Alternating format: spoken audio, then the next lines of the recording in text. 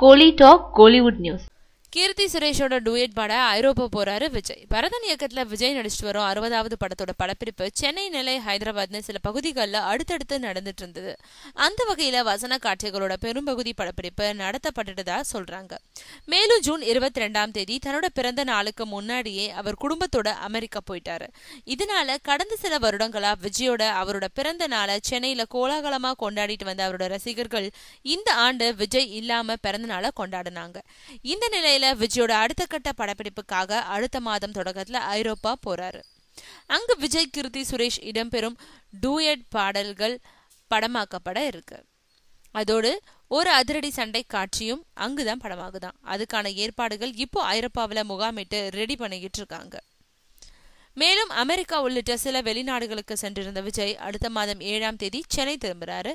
இங்கு வந்து சில நாட்கள்லயே அவர் ஐரோப்பா புறப்பட்டு செல்றாராம்.